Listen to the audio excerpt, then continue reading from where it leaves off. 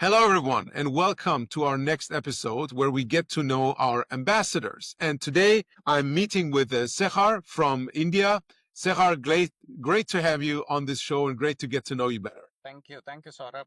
It's nice. It's been a while we met, so I'm really excited to talk to you, and let's get into it. Thank you. So, Sekhar, similar to what I used to be, you are a certified Scrum trainer with the Scrum Alliance, if I recall this correctly. Now, before we dive into what you do today, I'd like to really understand, and I asked the same question to all of our other ambassadors as well. Where did your personal Agile journey start? Walk me through that a bit. Well, it's been it's since 2008. I was the first CSM. There were only a few CSMs in this part of the world where I'm in.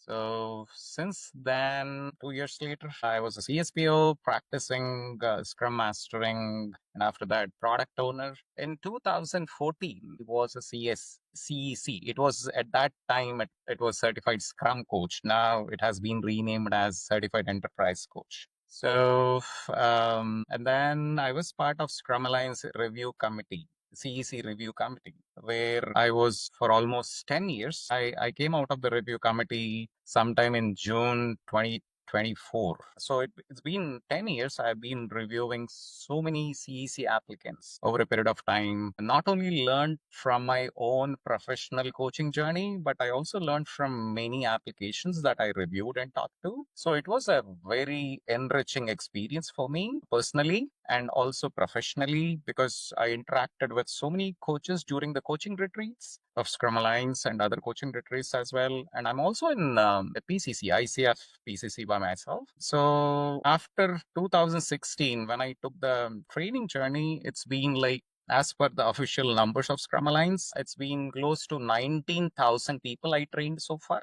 That is on CSM, CSP, and advanced classes, apart from what I do in coaching and consulting. So that is pretty much briefly about me. And apart from that, I'm a vivid speaker. I speak at various local and international conferences. For example, recently in August, I was a keynote speaker for a regional Scrum gathering in Singapore. So on and off, I keep doing a lot of webinars, sharing the knowledge, as well as I do a lot of talks and then mentoring upcoming coaches and trainers. So this is something a part of my journey so far.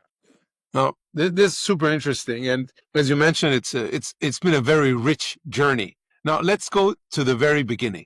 2008, you mentioned you became one of the first, if not the first CSM in India. Out of curiosity, with whom did you take the training back then? So I took the training from Pete Deemer. Deemer, yeah.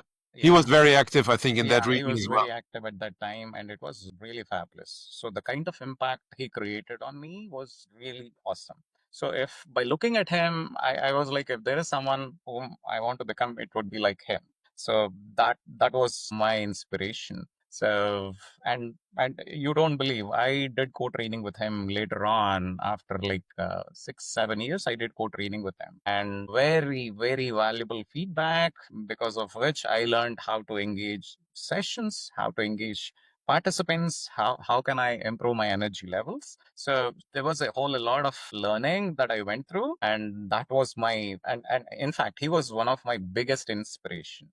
I had a very similar experience. So I took my first training, which was a product owner course with Gabrielle Benefield, and I was so amazed by Gabby. And in that training, I asked her, would you mentor me to become like you? And she was so great. She said, yes, of course. I see potential in you. Let's do that. A few months later, we were co-training for the very first time, and the rest is history. But I really understand the feeling that you must have had in that training with Pete Deemer, sitting there looking at that person in admiration and saying, I want to be that person. I want to be that person in a year, in 2, in 5, whatever, right?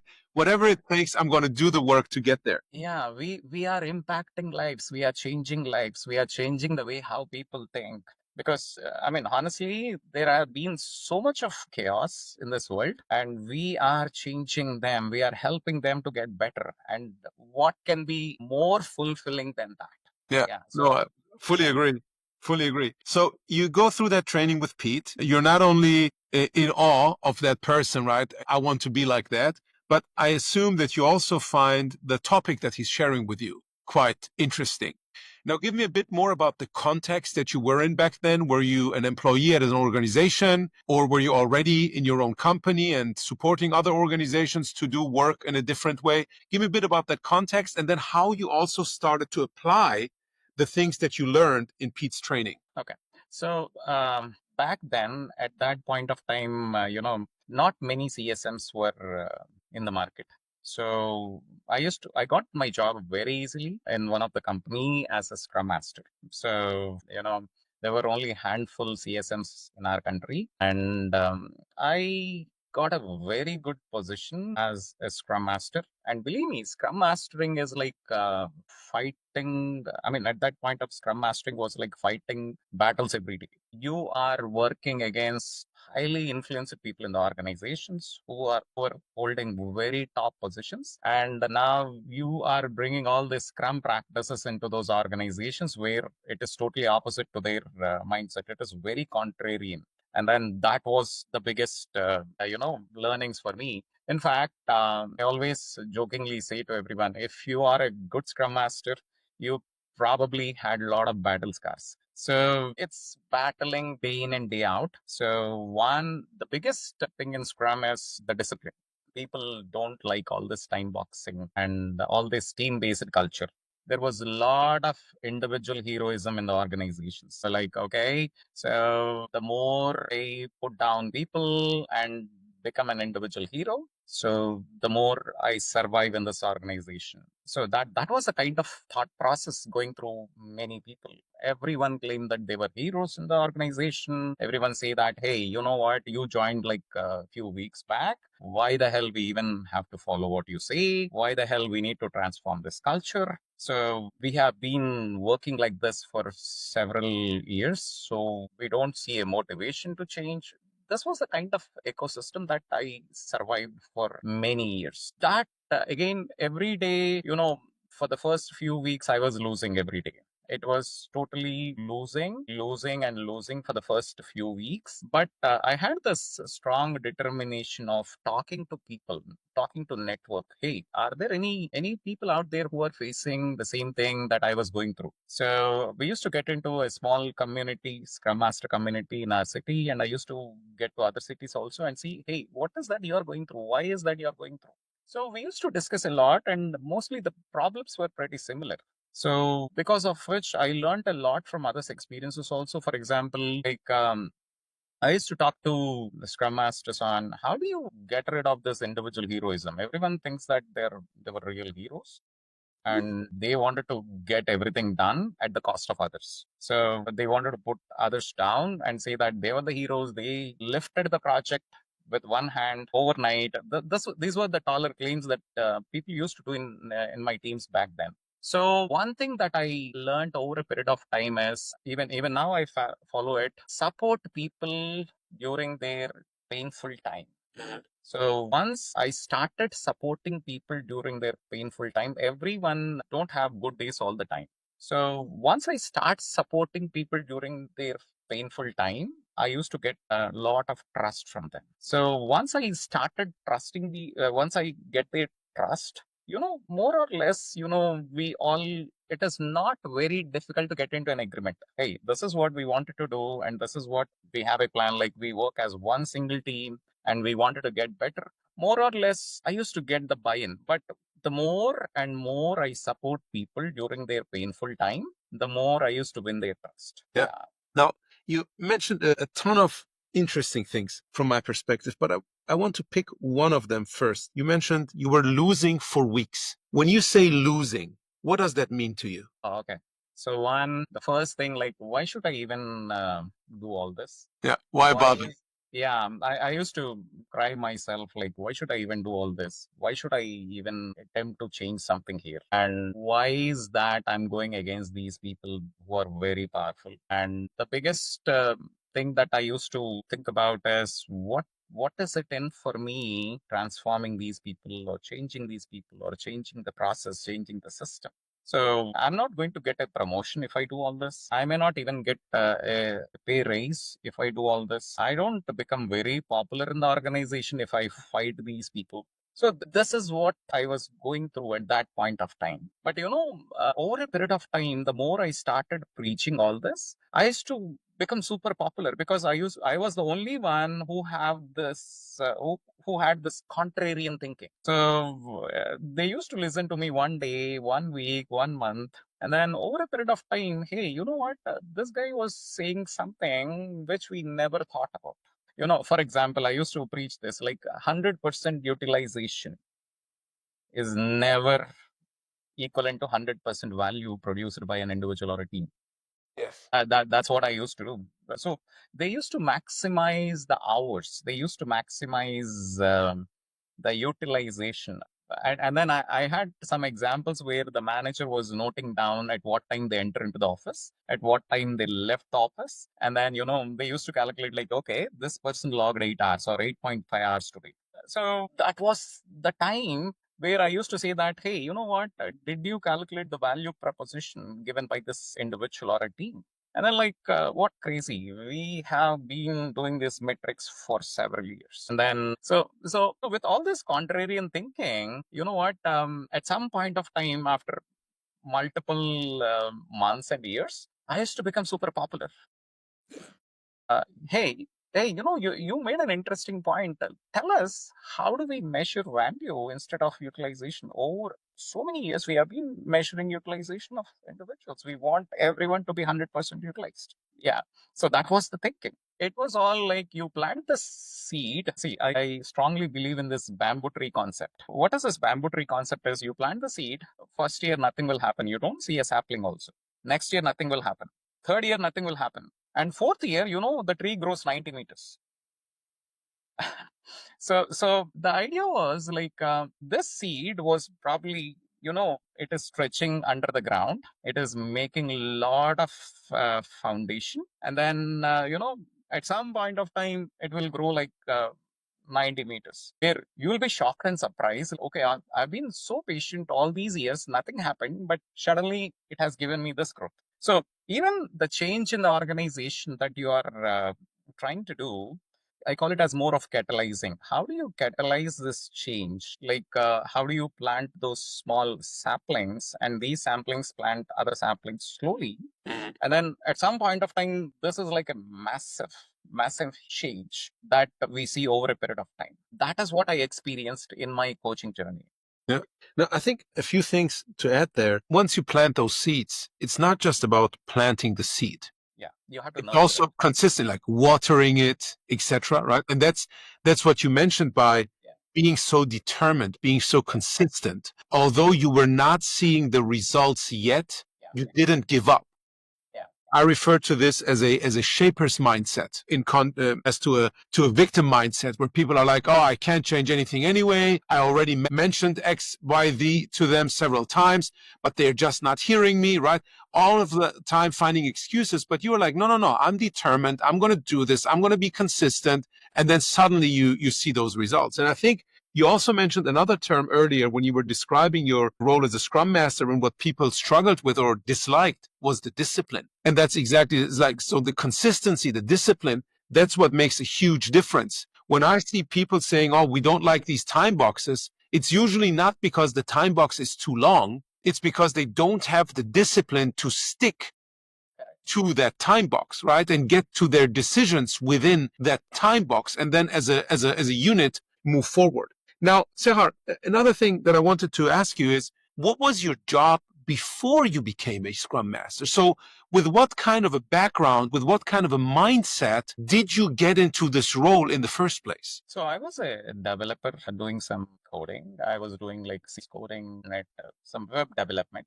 So I was a developer for pretty like 7 to 8 years. I was a developer doing a lot of coding, and then I had some team lead and manager experience as well for 1 or 2 years. And after that, like feel like I was feeling very suffocated. There were like 4 or 5 developers who were doing the real coding. And, the fun part was like at least 8, 9 managers who used to ask status every 10 minutes. Wow. That was like, okay, they don't allow me to focus on my work. Like, okay, the 10 minutes, somebody comes and asks me, hey, what happened? Okay. So yes, I told that I'm fixing it. And then again, 10 minutes later, I said that somebody else will come and say that, okay, you did not fix it yet. So how much time will you take? Okay, come on, I'm focusing on something. Yeah.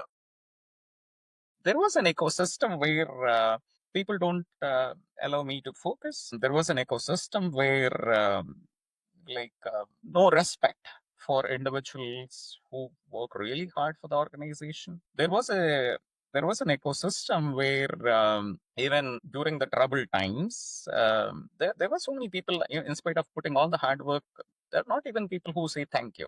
So that was the kind of organizational ecosystem that I used to work in. So because of which, after I attended this Scrum session, this CSM session, I felt like, okay, this probably can fix everything. So, but only the biggest challenge was I have to deal with a lot of mindsets.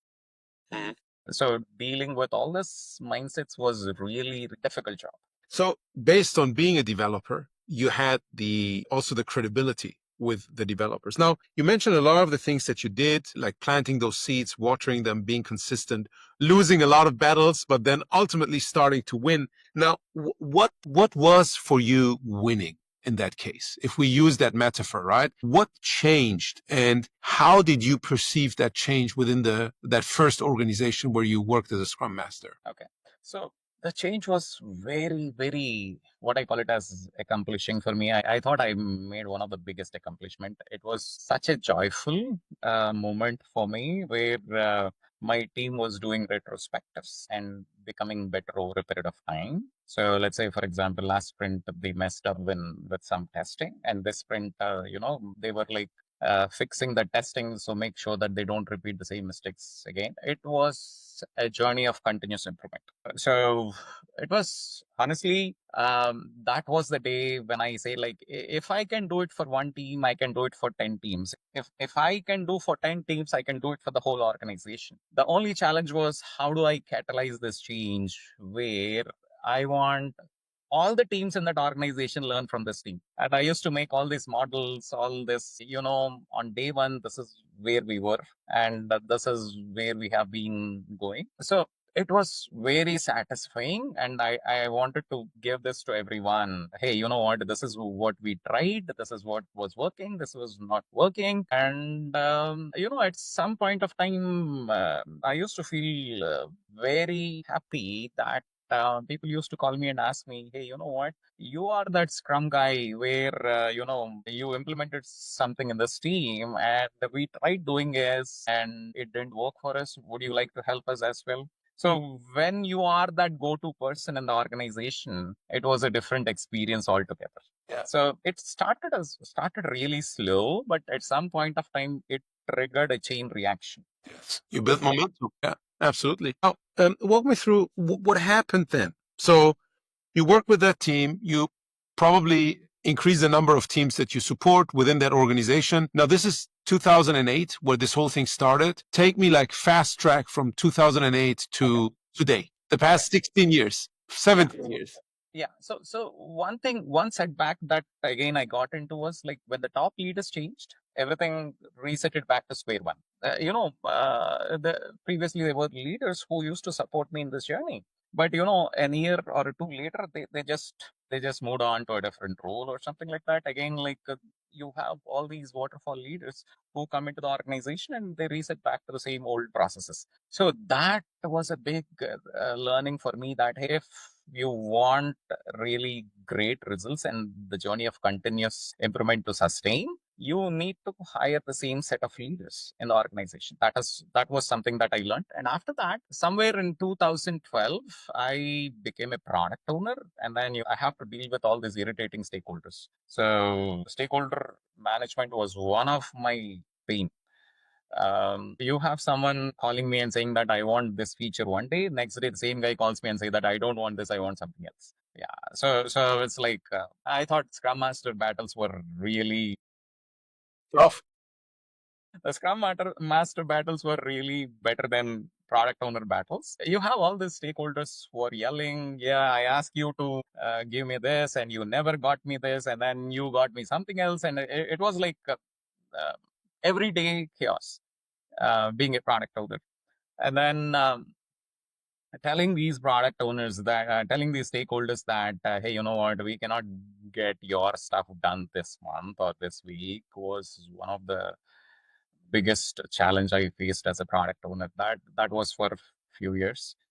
And after that, I moved into a coaching role where down the line, like it was like 2013, I moved into a coaching role where supporting lot of coaching initiatives across enterprise coaching, team coaching.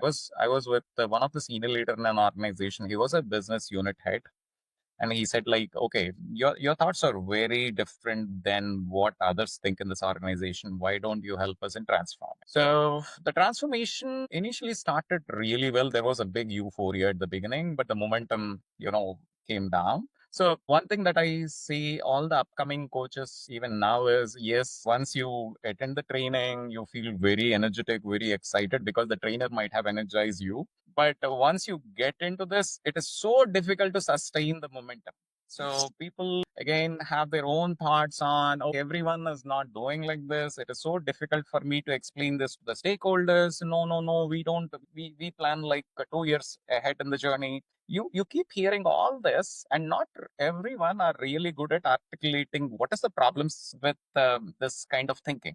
So sustaining was one of the biggest challenges that even I faced. Then I used to do all these maturity assessments and all. So it was a lot of learning. And after which I applied for CEC with that knowledge, and I got rejected once. So first time I was rejected as a CEC, and the second time again I went through a lot of mentoring, reviewing, and all that. And then second time I was approved.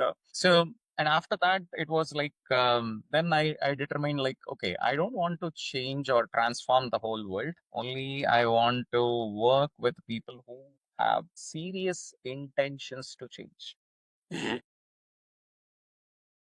Pushing change on people is going It's to impossible.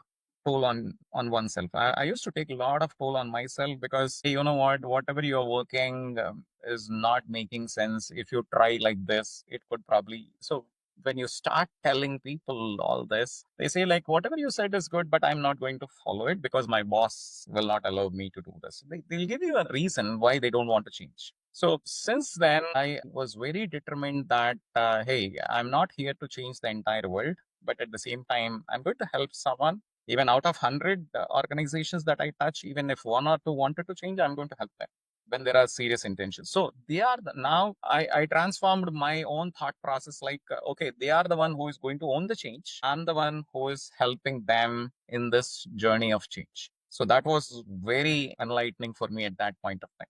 So that is what I went through for a few years until 2016. And since then, once I got my CST approved, I used to roughly dedicate equal time for 50%. During weekends. I used to do a lot of training, and weekdays I used to do coaching, consulting, mentoring, all this. So it was honestly very enriching journey. Most of my clients from then onwards are those whom I trained before. So that is what, if I train someone today, maybe down the line after 3-4 months, they used to check back and say that, hey, we need help here. So that is what I used to get it. So over a period of time, you have all these, so many frameworks, so many substitutes in the market with scaling frameworks and everything coming up in the market. So currently, I'm finding my own new ways of looking into it. Nowadays, everyone knows Scrum, bits and pieces here and there. Of course, there is still a lot of scope for improvement. But nowadays, everyone knows Scrum. Everyone is doing some amount of Scrum part of Scrum. They implement it. But if someone calls me and asks me, hey, you know what? Can you come in and see how well we are doing it? Because we don't see any benefits. Yes, people are doing bunch of practices here and there, but these practices, they don't add up. They don't add up to the outcomes. So if someone is calling me like that and asking for help, I'm happy to help them out. But it is not about going into organizations and see, hey, you have to change. No, I'm not that kind of person any longer. Yeah. Yeah, you get wiser over time. You Yeah. get wiser over time. Now, what I found interesting, Sekhar, is you worked as a developer, then you worked as a Scrum Master, then you worked as a product owner. So you basically took over all three roles within a Scrum team for a for a certain amount of time. Then you start working based on the experience you had with one team on like supporting the change or catalyzing the change, as you mentioned it, within an organization. And now I believe that that is the primary work that you do in addition to the trainings where you enable people to understand what is this whole way of working about and give them the tools and techniques they need in order to get started. Now, walk me through a bit of the industries that you have supported. I know that you've done a lot of work in software. You mentioned this earlier. You've been a developer yourself. But have you also done the application of these tools, techniques, and frameworks outside of the software space? Okay. So, a lot of experience in banking where I support banks across Canada, Singapore, India. In fact, I did a lot of work in Canada. If you don't believe, I used to travel heavily pre-COVID. So, one area of my big expertise is still is banking. I know the challenges banks will face, the kind of regulatory challenges they go through. So that is one area. The other one is the insurance companies, where we see the challenges with those insurance companies underwriting. Oh no, my premium changes and all this over a period of time. So that is one area where I have some expertise. And then recently, off late, I've been working with some fintechs where it's fintechs is a very nice space that is emerging over a period of time. And I love that space because you have a lot of these small players entering into the market, and then they need a lot of support in trying to understand the regulations as well as technology. How do they bind them together and offer a lot of value? Yeah. So fintech space, some of these startups, they have grown massively over a period of time, at least in the part of the world where I'm working with. So that's like emerging. And I'm also currently doing a doctoral program on fintech space only. I love this space, and I'm doing some research on trying to understand what new offerings they can add and how they can add a lot of value to customers. So of course, I used to work as a developer in telecom and all, but they are back then at that point of time. But if you ask me, it's like the banking, Insurances and fintech space. And of course, I've been training a lot of these consulting companies, the big four consulting companies. I trained them. You know who are the big four? So big four consulting companies, I trained them at least once. I touched all these big four, and I'm so happy because I learned a lot from them, and they also learned a lot from me as well. yeah. This is So it what sounds like you've been doing a lot of work in the financial services industry, right? Insurance, banking, and then fintech. Now, I'm also super amazed with the fintech companies. Our company ourselves, we heavily rely on Stripe as a payment provider. It's amazing the product that they've built. I personally use products like Revolut or Wise as like digital banks. It's so easy to work with them, and every time I want to get something done with a traditional bank, I'm like, oh my God, is this painful? Right. And this is where you see the agility, not only in product development, but in business model development and testing, and like how quickly they run experiments and then they get into new markets. And I think with the emergence of those fintechs, the traditional players in that space, the banks and the insurances, they just learned for themselves, hey, if we don't change, they are going to eat our lunch, right? They're already eating our breakfast, but they will also eat our lunch. And I think it's fascinating to see that you're building that expertise, or that you have built expertise in that space. And I think across the globe, not only in your primary market, but across the globe, there is need for people with your set of skills, both in terms of the industry, but even more importantly, with the way of working, right? So with that said, Sekhar, we are at the end of our time box. I have just one more question, and I think to some extent you already provided an answer, which is what would be prerequisites of clients to work with you so that you can really help them succeed? And I think one aspect that you mentioned was they have to be willing to change. Obviously you cannot force them, but also you're not an evangelist that tries to convince them. So they need to bring that willingness to change, and then you can support them. Are there any other prerequisites that are important from your perspective? As I said, it's their seriousness to change. They wanted to try something. That's the first thing that I always say. And then I would always say, like, agility must be your top priority, not maybe the fifth or 10th priority. So how fast you wanted to pivot and learn from your failures and move on? So if you don't have the willingness to pivot new experiments, then probably you're not going to go anywhere with this new market creation or market expansion or whatever it is. So that is the second thing. So your priority of the agility and how much you are willing to pivot. So that is the second thing. Third, if you are a leader, how do you lead by example? So let's say, for example, most of the time there are so many transformation approaches. It is like top down, bottom up, middle down, top up, and then slicing a thin layer of whatever it is. So I like what Michael Sahota said sometime back. The leaders transform and they inspire others. The leaders transform first and inspire others. So that is something which I strongly believe in. Are you the person who is willing to hold the flag and change first and show everyone that, hey, this is something that we got to do? So these are like maybe 2 or 3 prerequisites that I would put in place if someone wants to really work with me. Cool. Sekhar, thank you so much. It was a joy talking to you.